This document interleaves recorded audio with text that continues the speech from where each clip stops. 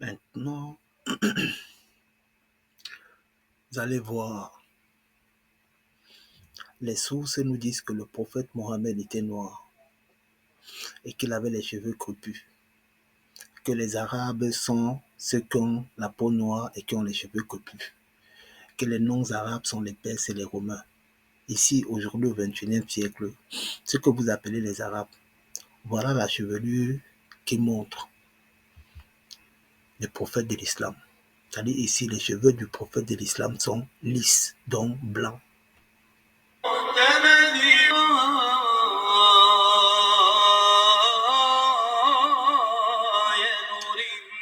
a un banditisme spirituel qui se passe devant nos yeux au XXIe siècle. On ne peut pas accepter ça. Surtout quand tu attrapes les textes et que tu lis les textes, mais tu ne peux pas. Tu peux pas. Les savants nous disent que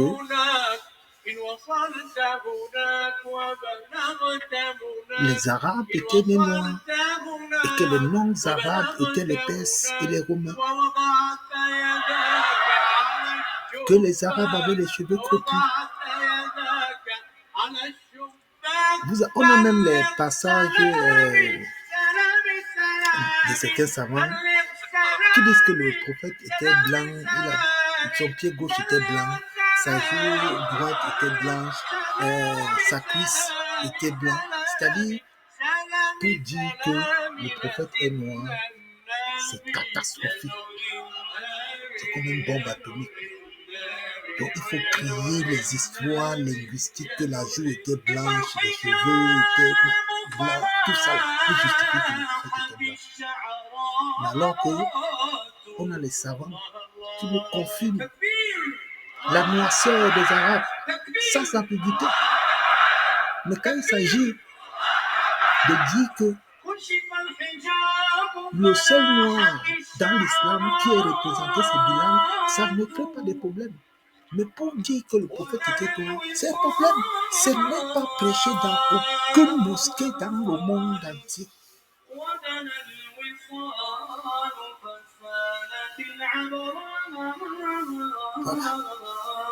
Voilà ça. Cheveux lisses, ça c'est les cheveux de Watt, des locodèmes, des blancs, comme vous avez le mot blanc. C'est ça, lisse. Et vous avez les sources qui vont justifier que le prophète, ses cheveux arrivaient au cou. Mais quand on voit ce qu'on nous présente là, ça là, ça arrive jusqu'aux fesses.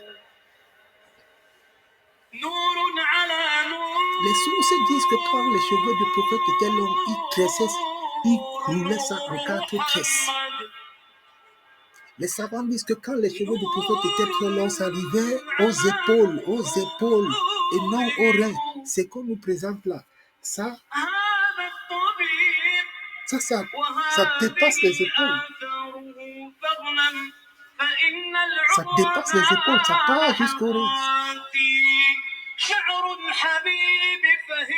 Il faut que le peuple noir se réveille. Nos parents ne peuvent pas investir des millions pour nous envoyer à l'école, même si on dit que le système éducatif là, ça lobotomise. Oui, je suis conscient de ça. Mais quand on a l'esprit critique avec le même système éducatif là, que ce soit occidental ou bien arabe, tu peux remonter. C'est pourquoi je vous invite à aller suivre pour les musulmans qui vont dire que oui, mais tu ne parles pas arabe. Je vous invite à aller suivre le frère Soudan Massina. Vous voyez, ça c'est pas les cheveux qui arrivent aux épaules, ça c'est long. Ça, ce sont les ancêtres qui sont en train de valoriser pour venir placer le prophète au milieu. Falsification de l'histoire devant nos yeux. Ça ne peut pas passer devant nous les publics. Ça ne peut pas. Parce qu'on est conscient de l'histoire. On sait que ce qu'on nous présente là, c'est le folklore.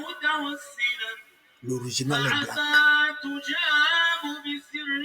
Vous allez voir, même ils vont monter les jeunes arabes blancs maintenant avec les tresses sur la tête. Pour justifier que vous voyez, même les arabes, on peut avoir les tresses. Bomboclate. Pas blanc, peut-être le métis. Un Un enfant métis qui vient d'un arabe, une femme noire, ça peut faire des tresses. Ou bien un blanc avec un enfant métis, ça peut faire. Avec une femme métisse, ça peut donner des tresses. Mais pas le locodème blanc comme on voit les gens, l'homme qui porte les gants là, tous ceux qui sont là, ils ne peuvent pas. Le peuple qui a les tresses, c'est le peuple kamite. Tout le monde le sait, ce n'est même pas un débat. On a une chevelure qui peut donner tous les coupes. On peut même avoir les cheveux lisses. Nous, Black Man, si on le veut.